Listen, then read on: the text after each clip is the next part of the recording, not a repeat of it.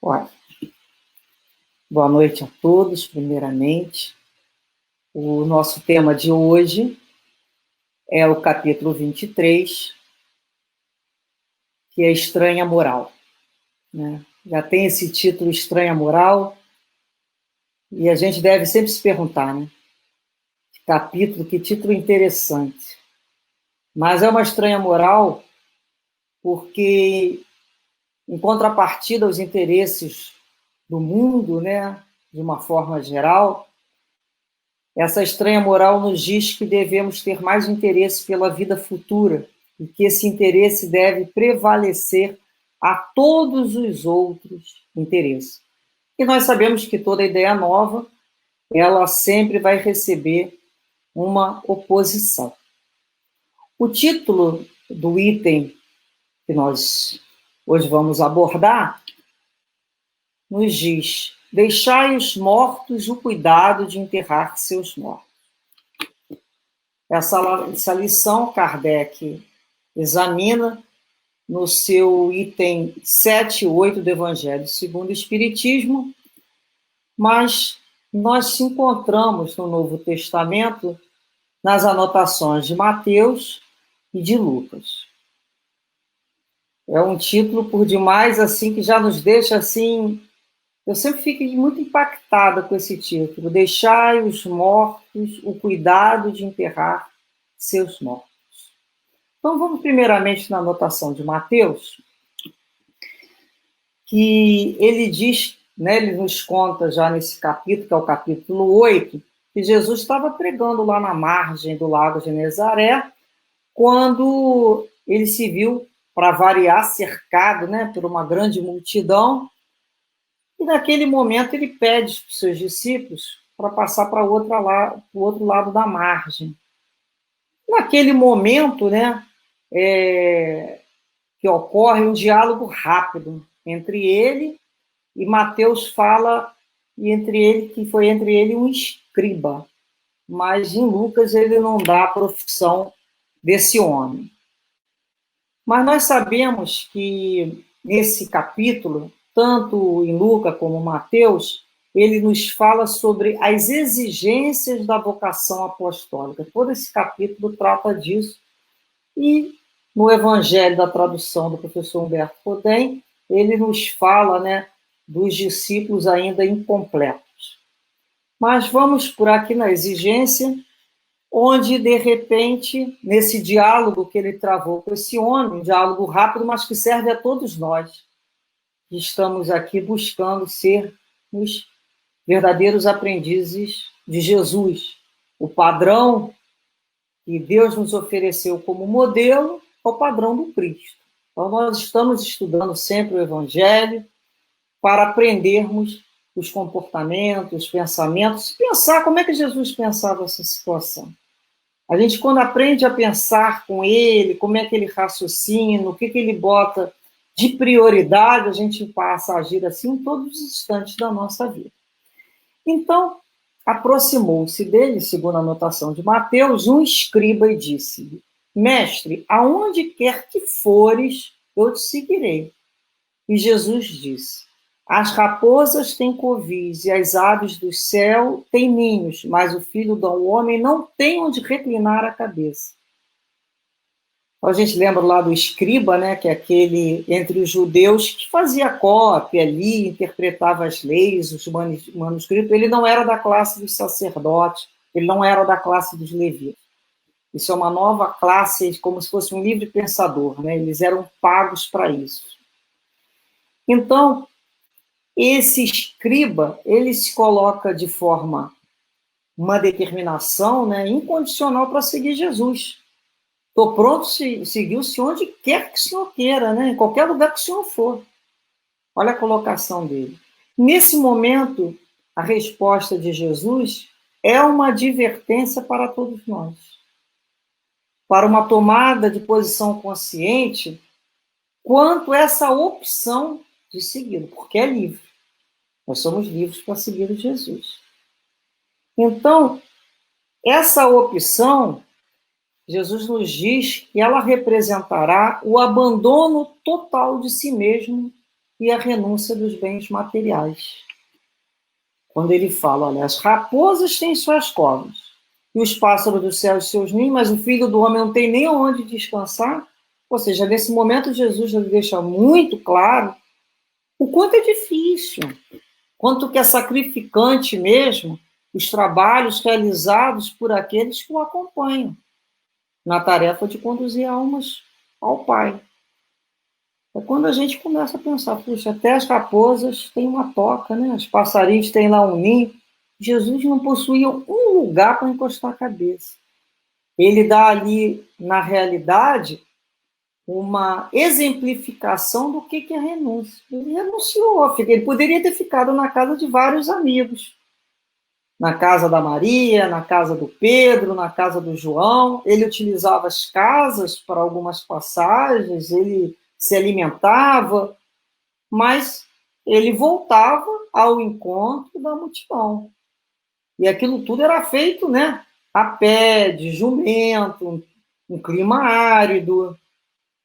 Então, em nenhum momento nós vamos ver Jesus ali colocando o seu bem-estar pessoal à frente dos interesses do Pai, que o mandou para que revelasse a sua lei. Então, quando a gente pensa assim, nós estamos prontos, né, para seguir Jesus, o abandonar, renunciar ao nosso conforto e nos colocarmos na mão da providência divina? Então, ele ali nessa passagem, ele nos ensina o abandono total e a necessidade de nos confiarmos às mãos de Deus. E quantas vezes nós, no mundo moderno, com conforto por si só, quando comparamos em termos históricos, né, o espaço, aquele momento, aqueles tempos lá na Palestina, as facilidades que nós exigimos para caminhar com Jesus. Muitos acreditam que vai ter um tapete vermelho, que pelo fato dele seguir Jesus, de estar na tarefa do bem, nenhum mal irá lhe acontecer, que não vai passar dificuldade, que não vai passar por doenças. É nesse momento que a gente está preparado para esse seguir Jesus. Nós já paramos para perceber que nós vamos ter muito sacrifício. Então, é aquele momento, olha, eu vou trabalhar em nome de Jesus, mas só se não estiver chovendo, só se não tiver sol, só depois de eu dormir bastante, só depois que eu assistir o programa tal ou fizer tal coisa. Então, ele está mostrando ali que não tem repouso. Ele não tem um lugar para repousar. Aquele que está trabalhando com Jesus vai seguir os passos. O tempo todo é trabalho. O que nós vamos ver, né, na lição, quando a gente lê esses exemplos, essas biografias, história de Kardec, história de Leon Denis, história de Chico Xavier, história de Francisco de Assis, de Madre Teresa. Nós não ficamos lendo que eles ficaram recostados num divã, pensando, não. O tempo todo era atuação, era o tempo todo atendendo a necessidade. Então, nós temos que, primeiramente, antes de qualquer viagem, olhar para a nossa bagagem. Nós temos condições de enfrentar essa viagem? Qualquer um que sai para viajar, primeiro vai observar quais são as condições que ele tem para enfrentar a viagem. Então, ele tem que ter isso muito claro, o discípulo daquele que quer seguir Jesus, que vai passar por muito esforço e muito sacrifício, assim como o mestre passou. Vejamos agora a anotação no Evangelho de Lucas, que ele vai tratar também dessas exigências da vocação apostólica. Lá no seu capítulo 9, nós vamos buscar 2 versículos de Lucas, 59 e 60. Vamos começar, e vamos ler os 2, depois nós vamos repetir aos poucos. Então nos diz assim, e disse o outro, segue-me. Jesus disse ao outro, segue-me. Mas ele respondeu, Senhor, deixe que primeiro eu vá enterrar meu pai. Mas Jesus lhe observou, deixai os mortos o enterrar os seus mortos, porém tu vai e anuncia o reino de Deus.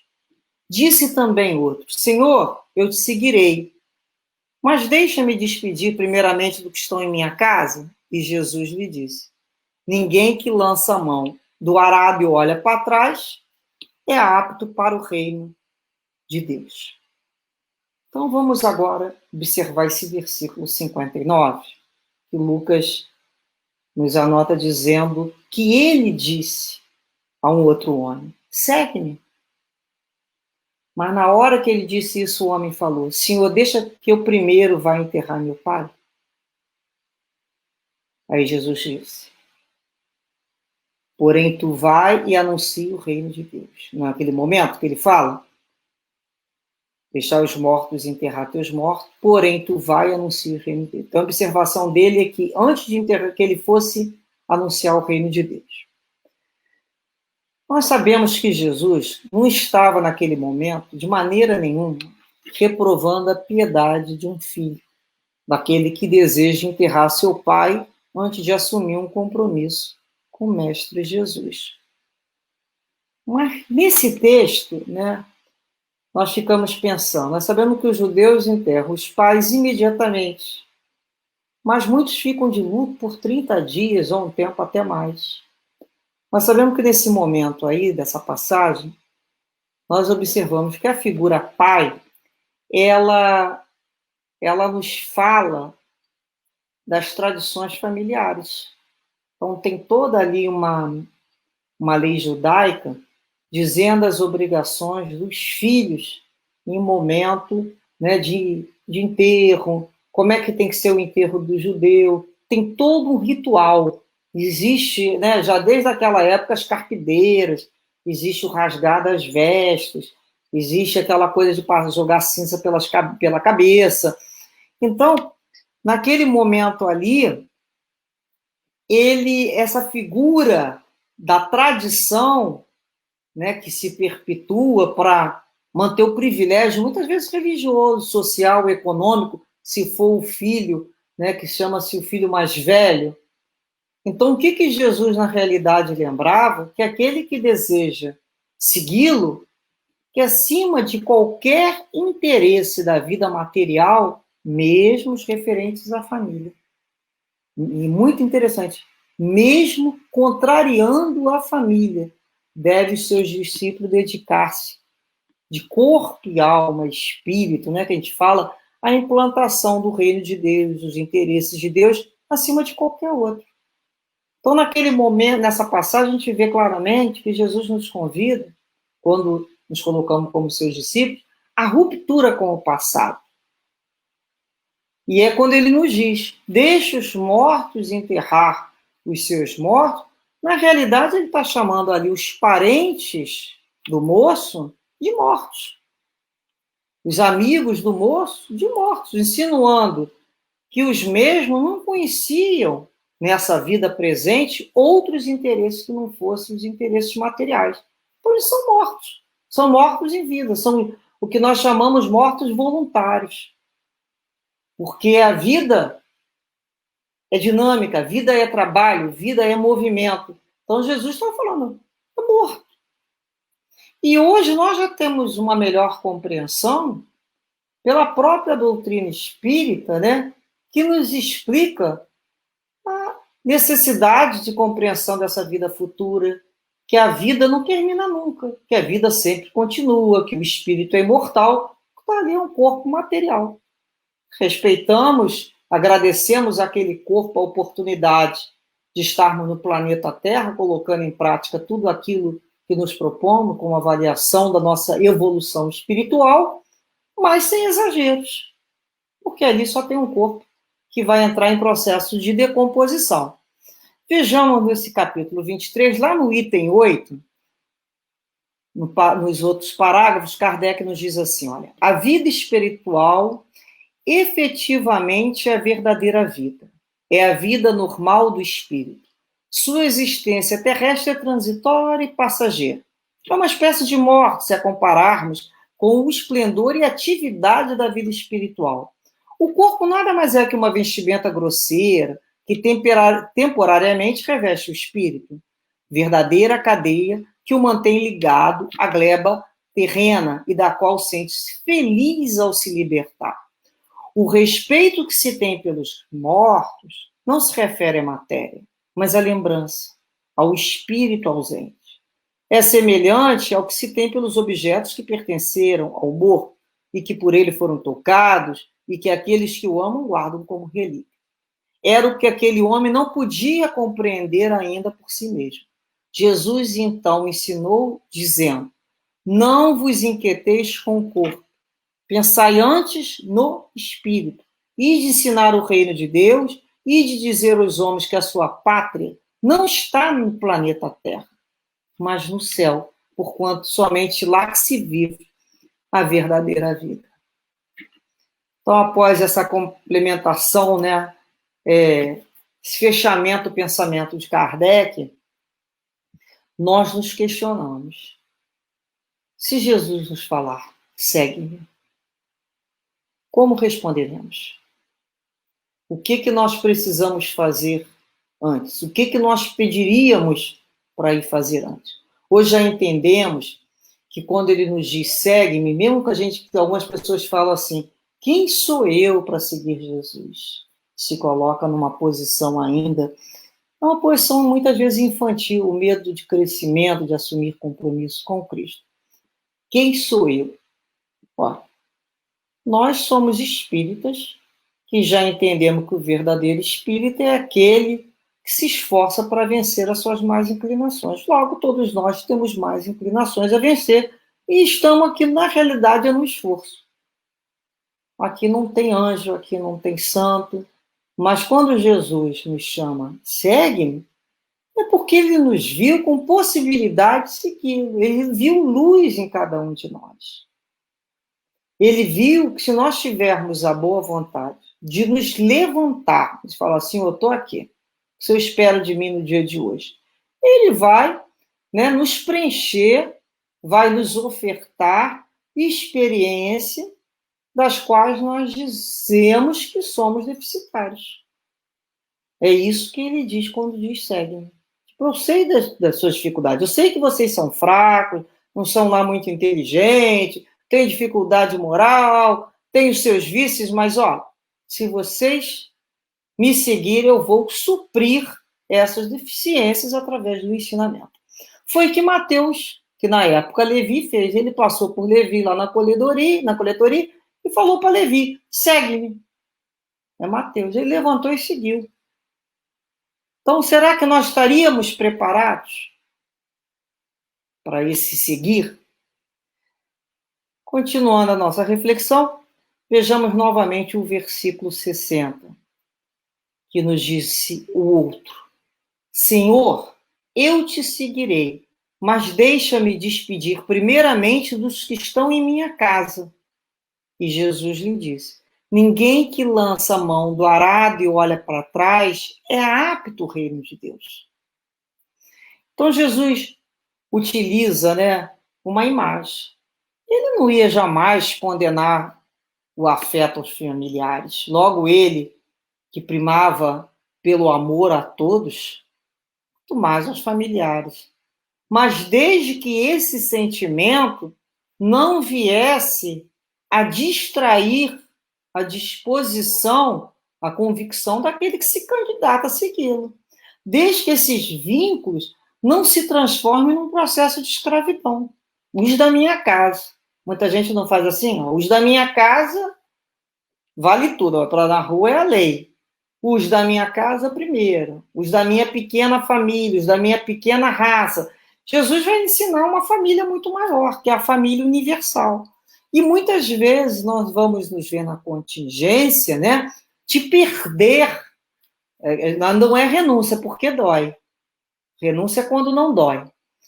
Perder mesmo, ser retirado numa reencarnação dessa família que tanto, né, privilegiamos, colocamos à frente de tudo, para entender a importância da família universal.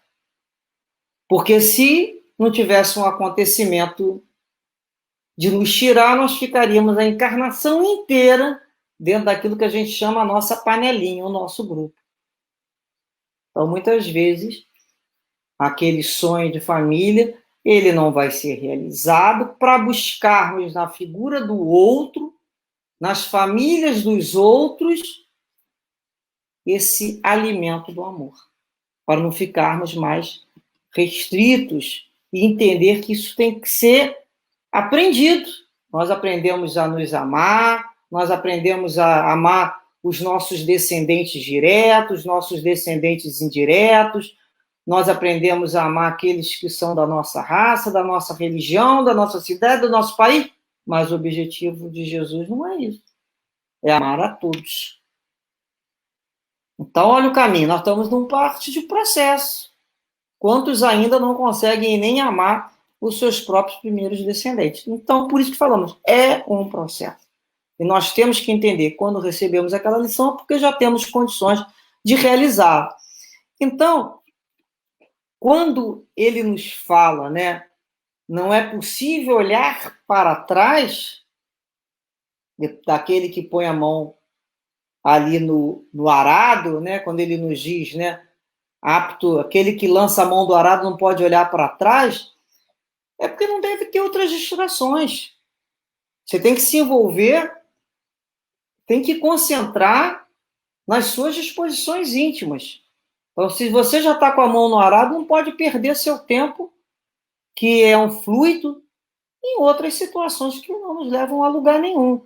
Então, na realidade, ele utiliza ali uma figura de linguagem, chamamos hiperbólica, né? Que é um exagerando, né? De forma proposital.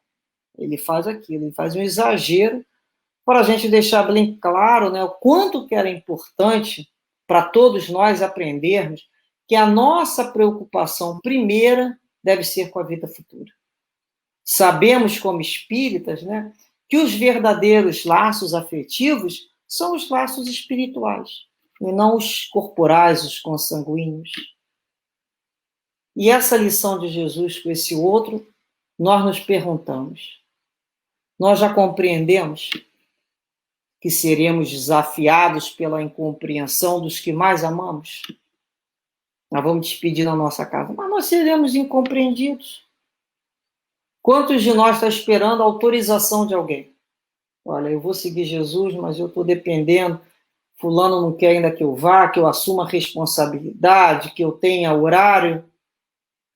Então, então nós não estamos prontos para botar essa mão e olhar para frente. A gente vai parecer lá aquela história da mulher de Ló, né? Que olha para trás e vira uma estátua de sal e paralisa, e cristaliza ali naquele tempo. E perde-se uma reencarnação. Então é quando nós entendemos que não podemos ficar olhando para trás por perigo até de paralisar, de retornar.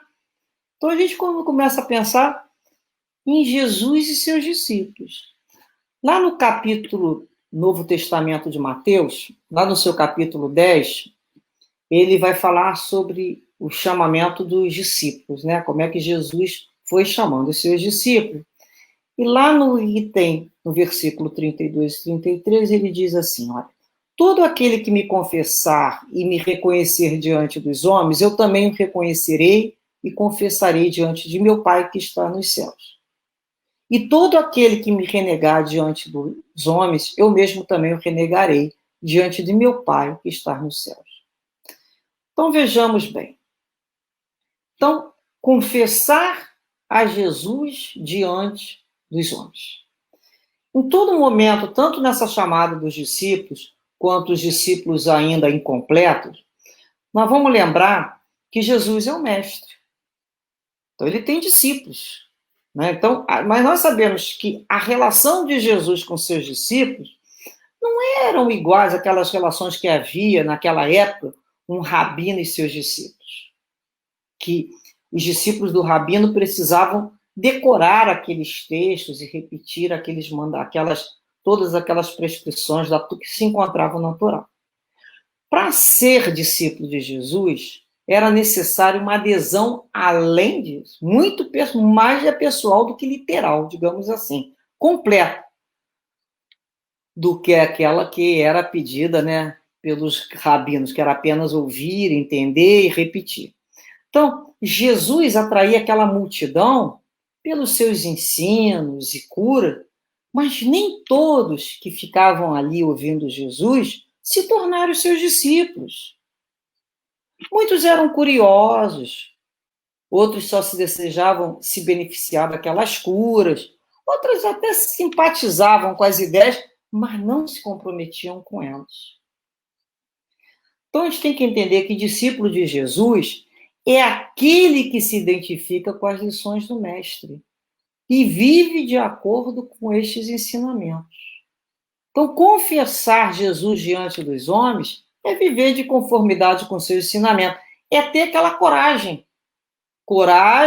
suficiente de abandonar os preconceitos das religiões dogmáticas, o preconceito das raças e das classes sociais e se colocar no caminho, o comprometimento com o Mestre. Então, muitas vezes, será que nós fomos daqueles, né? Hoje, se nós pararmos para pensar, nós seríamos qual deles? Os curiosos? Ou aqueles que só se sensibilizam com a história? Nossa, que história bonita, pô, quisera eu poder. Ou daqueles que já se conscientizam, isso aqui parece ter muito a ver com a minha vida. Ou daqueles que já colocam em prática a lição de Jesus. Então, a verdadeira religião é aquela que o homem se transforma, em que ele melhora. E a gente pergunta, é fácil seguir Jesus? O que aconteceu aos cristãos naquele momento, né? Os que caminhavam com Jesus junto ao preconceito dos judeus. O que aconteceu com eles? Eles foram perseguidos, todos aqueles que aceitavam essa ideia nova foram altamente perseguidos. A gente vai lembrar lá de Saulo e Paulo, a conversão. E como é que nós nos posicionamos? Quantas vezes, diante de uma conversa materialista, como é que nós nos posicionamos? Nós temos coragem, né, de nos posicionar e dizermos que seguimos Jesus? Quando aqueles grupos são levados pela maioria, começa a falar, né, dos valores da destruição, que fulano foi pego lá no equívoco, fazendo isso, aquilo, outro. Como é que nós nos comportamos? Qual é a nossa fala nesse momento? Quando alguém chega perto da gente e fala, olha, não tem cabimento isso que está acontecendo. Isso foi uma injustiça. Como é que nós nos posicionamos? Ou então, não existe Deus. Olha só, está acontecendo essa pandemia, cadê Deus? Como é que nós nos posicionamos? Nós não podemos nos omitir. Nós temos que ter resposta para cada situação dessa. Então, nós falamos que somos de Deus, que dentro da lei divina rege uma harmonia, que temos a coragem de confessar e reconhecer o amor de Jesus diante do mundo. Existe lei de causa e efeito. Então, será que nós já nos posicionamos dessa maneira? Nós vamos reparar que nesses 3 versículos, tanto de Mateus, Lucas também fala dos 3, nessas anotações apresentadas por esses 2 evangelistas, né, Mateus e Lucas, nós reparamos que essa história não traz nome. Em Mateus fala que um escriba, mas não fala nome de ninguém. São pessoas desconhecidas, são 3 pessoas desconhecidas. E parece que essa omissão de nomes é proposital, né? No sentido até de podermos colocar os nossos nomes aí nessas figuras representadas, né? Para analisarmos se os nossos comportamentos parecidos a alguns desses companheiros que se candidatavam ao apostolado com Jesus. Então, o Novo Testamento, como nós falamos na tradução do professor Humberto Rudem, ele usou o título de discípulos imperfeitos. Olha que interessante. O que é imperfeito? É aquele que falta alguma qualidade para se tornarem verdadeiros discípulos do Senhor. E será que nós seríamos parecidos com qual deles? Parecidos com... Vamos imaginar, será que nós somos parecidos com o primeiro homem? Que Mateus designou como escriba? Quem é ele? É aquele que não parou para pensar que a marca de Jesus é a renúncia de si mesmo aos bens materiais. Nós somos parecidos com ele, nós já paramos para pensar nisso. Lá no anotação de João, lá no capítulo 4, Jesus nos diz assim: o meu alimento é fazer a vontade daquele que me enviou a realizar plenamente sua obra. Então, o alimento de Jesus era esse. A única vontade que ele tinha era de realizar a obra que o Pai enviou. Então, muitos demonstram um grande entusiasmo de seguir Jesus.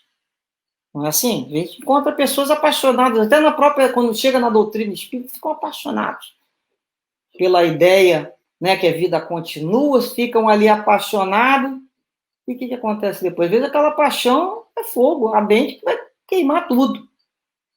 Mas Jesus, naquele momento, já deixa muito claro que não basta esse entusiasmo inicial. E que a vocação não é algo fácil, não. Não é algo que se consegue sem renúncia por cada um. Então, Cristo já diz ali com clareza que o caminho é feito de dificuldades e que não é sua intenção recrutar qualquer um. Ele sabia que nem todos ali estavam preparados. E nós nos perguntamos, será que nós não fazemos muita exigência e pedimos muita facilidade no caminho com Jesus? Será que nós já não compreendemos que vai ser um caminho difícil? Será que a gente já está nessa casa da dificuldade? Colocando uma série de empecilhos? Ou será que nós seríamos mais semelhantes ao segundo homem, que ainda está ligado às antigas concepções de família, aquela questão das permissões, da vergonha, e ainda vacilamos no chamamento, né? Porque Jesus falou, segue-me. Ele vacilou. Ele não aproveitou aquele chamamento, ele colocou lá uma condição em fazer o enterro lá do pai. Mas, interessante essa questão de vacilar o convite, nós encontramos no livro chamado Há 2000 anos, que é uma obra do Espírito Emmanuel, psicografia de Chico Xavier, que tem como prefácio o título Na Intimidade de Emmanuel. E esse nobre espírito nos diz, durante esse prefácio, que as recordações ao ditar o livro foram suaves. Mas, aí vem os 3 pontinhos, né? Foi também muito dolorosa. Vamos abrir aspas, eu vou ler um trecho que ele diz assim. Considerando o meu coração empedernido, que não soube aproveitar o minuto radioso que soara no relógio da minha vida de espírito há 2000 anos. Então, reparemos, não soube aproveitar o minuto radioso que soara no relógio da minha vida de espírito. Quantas vezes será que a gente não está perdendo esse minuto radioso quando a doutrina espírita, que revive o ensinamento de Jesus, nos convida mais uma vez, segue-me? Nesse mesmo livro, lá que tem como capítulo o Messias de Nazaré, vamos abrir aspas mais uma vez, o senador, né, percebe a presença ali do Espírito, né, de Jesus, e ele ouve, senador, por que me procuras? Depois continua os pensamentos e Jesus diz, eu venho ao encontro do teu coração desfalecido. E Públio, que é o nome do senador, que é essa reencarnação, né, do Emmanuel, como senador romano, ele nada pôde exprimir. E continua o texto assim, Jesus dizendo, encontras hoje um ponto de referência para a regeneração de toda a tua vida. Está no teu querer o aproveitá-lo agora ou daqui a milênios. Soa para o teu espírito, neste momento, um minuto glorioso. Mas ninguém poderá agir contra a tua própria consciência se quiseres desprezar indefinidamente este minuto ditoso.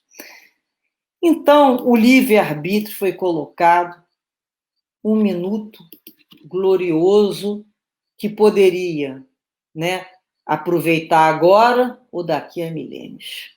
E Emmanuel, humildemente, como lição, nos conta a sua história que ele não soube aproveitar naquele momento que pouparia séculos de sofrimento. Milênios. E quantos de nós não perdemos esse minuto radioso? Bem, continuando. Vamos pensar que talvez nós sejamos mais parecidos com o terceiro homem, que ainda fazemos parte daquele grupo dos dispersos, o que vive impedindo para esperar, né? Eu vou aceitar, entender Jesus, caminhar com Jesus, depois de resolver o quê? As minhas cruzes, os meus problemas. Então, é quando a gente começa a lembrar dos inúmeros compromissos que a criatura inventa na vida material, muitas vezes é invenção, para não assumir responsabilidade com Cristo. Nós sabemos que todos nós, o tempo de 24 horas é igual para todos nós. Nós temos que estudar, nós temos que trabalhar, nós temos que cuidar de casa, quem tem filho cuida de filho, né? Quem tem pai e mãe cuida de pai e mãe. O tempo de 24 horas é igual para todos nós. Agora, o que fazemos com essas 24 horas é problema de cada um, é nível de consciência, como é que a gente tem administrado esse tempo. Então, quando a gente quer primeiro, fica disperso, né? Quando a gente quer primeiro pedir, né? São aqueles compromissos. Olha, terminei de estudar, mas agora vem o mestrado, depois vem o doutorado.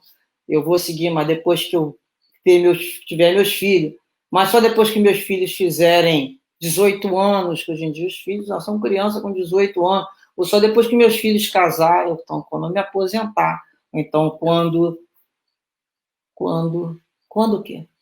Quando mais acontecer? Quando a dor chegar, quando a dor passar, quando não tiver mais problema. Então a gente fica pensando, né? Será que a gente está esperando as coisas se ajeitarem para depois servirmos a Deus? Nossas pessoas. Quando é que isso vai acontecer? Muitas pessoas ficam sempre preocupadas. Como é que eu vou arranjar um horário para frequentar a casa espírita? Junto com os filhos. Que hora vocês atendem as crianças? De manhã? Mas eu não posso, porque segunda não pode porque tem aula de não sei alguma coisa, na quinta à noite eu não posso porque é o dia que eu tenho que levar eles não sei aonde, no sábado não pode porque eles têm que brincar, no domingo eu também não posso ir porque é dia de reunião com a família, enfim. Será que nós estamos achando que o mundo todo vai parar para atender às necessidades, cada hora nós vamos criar uma e outra? Será que nós não compreendemos que essas necessidades serão resolvidas durante a nossa caminhada? É o momento que a cruz irá se desgastando. Quando Jesus falou, né? Buscai primeiramente a justiça e a misericórdia de Deus, que todo o restante lhe será dado por acréscimo. E nós estamos preocupados o que vamos comer, o que vamos vestir, o que vamos...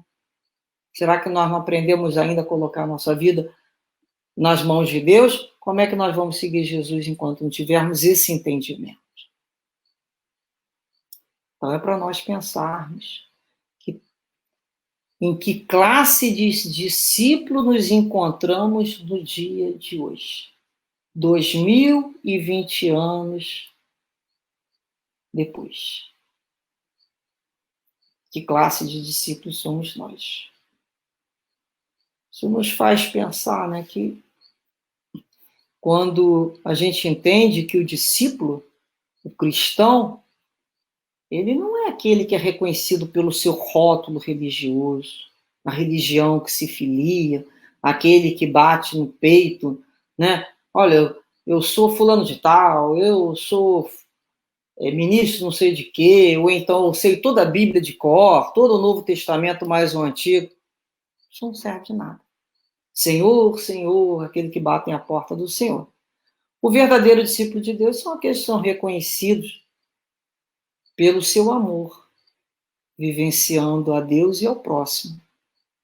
Então, amigos, para nós sermos discípulos de Jesus, nós precisamos preencher algumas condições, que são condições básicas. E precisamos pensar muito nisso, refletir muito nisso. Primeiramente, precisamos estar dispostos a compreender esse reino de Deus, essa vida futura, que tanta doutrina espírita nos fala sobre a reencarnação, as promessas de Jesus. Amar a Deus sobre todas as coisas e ao próximo como a si mesmo. Esse é o primeiro mandamento.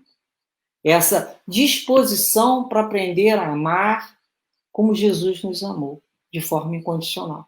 Nós vamos ter que ir alargando, passo a passo, dia a dia, um pouquinho de cada vez. A gente sabe que a natureza não dá salto, mas dentro de nós, assim, eu vou ter que aprender a amar como Jesus amou, a todos de forma incondicional, sem separação.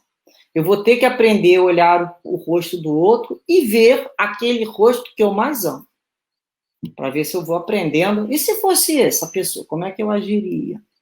Então, esse é o nosso compromisso, é compreender que amar a Deus deve ser o tema central da nossa vida.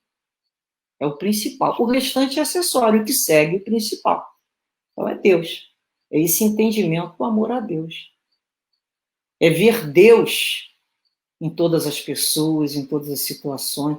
É permitir que essa confiança com o Pai se alargue. Existe essa proximidade através da prece, da meditação. É sentir a presença de Deus em nossas vidas. É buscar o reino de Deus que se encontra em forma latente dentro dos nossos corações, que nós temos essa condição de fazer essa luz. Mas não basta apenas ler, né, os ensinamentos de Jesus. Precisamos senti-lo, conversando com a gente. E nós nos levantando para seguir, colocar no dia a dia. Então, outra condição necessária, que nós não esperemos encontrar nem recompensa nem vantagem material, porque isso nós não teremos. O reconhecimento do outro, aquela... E pelo contrário, aquilo é uma casca de banana. Quando o outro começa a jogar muita purpurina, né, é aquele momento que a gente tem que estar mais vigilante. Nesse momento a gente tem que entender. Todo trabalho é de Jesus. Tudo vem de Deus e deve retornar para Deus. Tudo é de Jesus, retorna para Jesus. Então nós aqui somos só apenas dispenseiros desses talentos, dos bens divinos, se nós soubermos bem utilizarmos. Então, é necessário a gente estar decidido intimamente, bem concentrado em nossas tarefas, para não olharmos para trás. Puxa, se eu não tivesse pego esse compromisso, puxa, antigamente... E aí a gente vai acabar retornando, né, tudo aquilo que a gente vem conquistando com tanto esforço e sacrifício nessa reencarnação. Quantos anos nós demoramos para ter um mínimo de maturidade espiritual, de entendimento espiritual numa reencarnação? Nem todos nós, né? A maioria de nós, não é Chico Xavier, que já inicia, né? Ou tantos outros espíritos já com aquele discernimento. A maioria de nós tem a visão ainda tosca mesmo. É como a gente recebe esse corpo aqui na matéria e vai com nem um escafandro, né, no fundo do oceano, para começar a subir e visualizar alguma coisa. Quantos anos a gente começa a ter alguma percepção da vida espiritual? Realmente aprender a discernir o valor do tempo, o valor dos nossos comportamentos, dos nossos pensamentos, a necessidade de nos disciplinarmos. Quando é que isso acontece? Olha quanto tempo demora. Então, se a gente ficar olhando para trás, como isso ainda estamos no processo de fixação, ainda não é conquista, porque não está automatizado. Basta um piscar de olhos que a gente cai. Por isso que Paulo nos fala, aquele que está em pé, olha e não cai. Porque nós estamos aqui nos segurando no esforço, junto com essa falange do bem. Basta um pensamento negativo para a gente retroceder e cair no abismo. E quanto de esforço e de palavra a gente vem, de prece, de oração, para nos mantermos no nível, para fazer um mínimo de tranquilidade, para que a espiritualidade possa se aproximar de cada um de nós e nos envolver em seus eflúvios salutares. Olha o esforço que nós temos que fazer. Porque os espíritos que nos acompanham chegam a um determinado ponto. Cabe a nós outros subirmos ao encontro deles. É tipo metade do caminho. Então, esse esforço a gente consegue elevar na faixa de pensamento, essa sintonia, através das preces, da meditação, das boas leituras, do estudo sistematizado. Por isso a importância do estudo.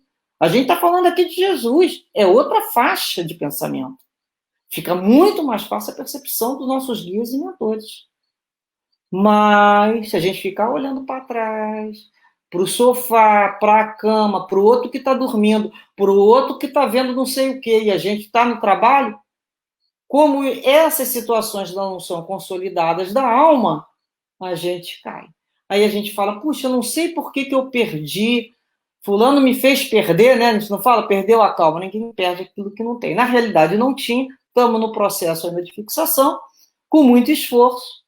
Um dia nós vamos estar com isso tudo automatizado. Mas, por enquanto, a gente não pode flertar com o abismo. Nosso pensamento tem que ser sempre buscando essas faixas maiores. Por isso o problema de ficar olhando para trás. Então a gente sobe, vem um platô, respira, vem outro, a gente vai subir. É sacrifício e esforço. Por isso, de vez em quando, na vida, né, a gente fala que encontramos um platô, parece que não está acontecendo nada. É para nós consolidarmos essas compreensões, esses entendimentos, para a próxima subida que está chegando. Estamos só respirando. Isso tem que estar bem consolidado. São experiências que a gente fala, pô, está repetindo a mesma situação. Só que elas passam de uma forma mais rápida quando nós já aprendemos. Já reparou que a gente passa pela mesma situação? É que Leon Denis nos fala lá da lei circular. Então, nós passamos, muitas vezes, pela mesma situação, só que de uma forma mais rápida, porque aquilo já foi vivenciado, aquilo já foi apreendido. Outros não. Vão se demorando até que a gente consiga entender. Bem, vejamos mais uma condição que Mateus anotou lá no seu capítulo 16, quando Jesus declarou aos seus discípulos: se alguém deseja seguir-me, renuncie a si mesmo, tome a sua cruz e siga-me. Então, renunciar, tomar a nossa cruz, os nossos problemas e seguir. Ou seja, todos nós temos cruzes, todos nós necessitamos do esforço de carregar o nosso próprio aprendizado, porque essas cruzes nada mais são do que os nossos aprendizados, as nossas dificuldades, o nosso lado ainda sombrio, mas um dia seremos luz. E não adianta largar a cruz na mão de ninguém, não adianta cortar pedaço da cruz, que cada pedacinho desse é um minuto radioso que nos apresenta como oportunidade de crescimento. Mais à frente, mais uma condição é anotado em João, lá no capítulo 8, que Jesus dizia, pois aos judeus que criam nele: se vós permanecerdes na minha palavra, verdadeiramente serei meus discípulos e conhecereis a verdade, e a verdade vos libertará. Somos nós, o convite somos para nós. Se a gente permanecer na palavra do Cristo, a gente vai lembrar daquela parábola, né, que Jesus nos conta sobre a casa que foi formada na rocha e a casa ali na areia. Como é que é a base, verdadeiramente, nas suas palavras? Será que nós entendemos que a nossa fé tem que estar baseada na rocha, que é Jesus, nas palavras dele? Todo o restante vai derribar no momento de tempestade, de sombra, que todos nós vamos passar. Todos nós estamos passando por momentos de sombra e tempestade. Mas aqueles que se fixaram na palavra de Jesus vão se manter firmes. Então, depois, terminando em João, no capítulo 13, mais um mandamento ele lhes deu para os seus discípulos: amem-se uns aos outros, como eu os amei, vos devem amar-se uns aos outros. Ou seja, com isso todos saberão que vocês são meus discípulos, se vocês amarem-se uns aos outros. Então, há uma necessidade para sermos discípulos de Jesus, essa escolha a fazer. Como ele falou para Emmanuel, a escolha é sua, é o livre-arbítrio. Primeiramente, temos que querer, temos que compreender a necessidade de negarmos a nós mesmos, a fazermos renúncia, a tomar a nossa cruz e segui-lo com amor. Porque todo o objetivo de Jesus é nos ensinar a amar. Que dessa maneira, então, possamos encerrar o nosso estudo pedindo sempre a Deus, né, que reforce o nosso desejo nosso entendimento, as nossas compreensões de seguir o Mestre Jesus. Que possamos, Senhor Jesus, dizermos assim ao final do estudo: Senhor, renove a nossa fé, fortaleça o nosso ânimo, mantenha acesa em nosso coração sempre a chama da esperança, para que possamos dizer sempre presente, Senhor, eu estou aqui. Apesar de todas as minhas dificuldades, apesar de ser conhecedor de todas as imperfeições, nós estamos aqui aceitando o seu chamado, compreendendo a necessidade do sacrifício, a necessidade da perseverança e da persistência, para que nosso coração tenha a resistência para enfrentar todos os embates da vida. Aceite-nos, Senhor, como seu discípulo, pois bem sabemos que tu irás suprir todas as nossas necessidades. Que os nossos benfeitores e guias espirituais estejam sempre junto a nós, nos estimulando a prosseguir, a vencer barreiras tão antigas e olharmos um minuto de agora como um minuto radioso, onde a presença de Jesus se faz e nos diz: segue-me. Segue-me em paz. Muita paz ao coração de todos. Graças a Deus. Obrigada.